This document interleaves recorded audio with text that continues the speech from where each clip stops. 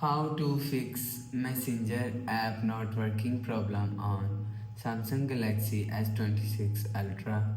So let's start the video. First of all, go to app library.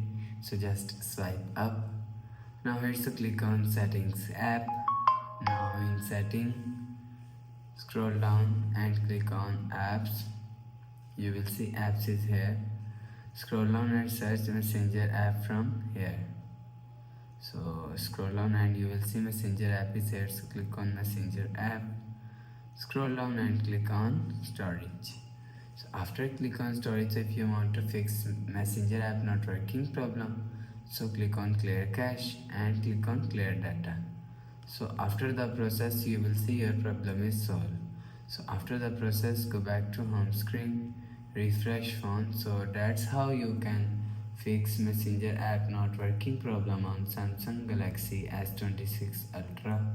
So if you like the video, please subscribe. Thanks for watching.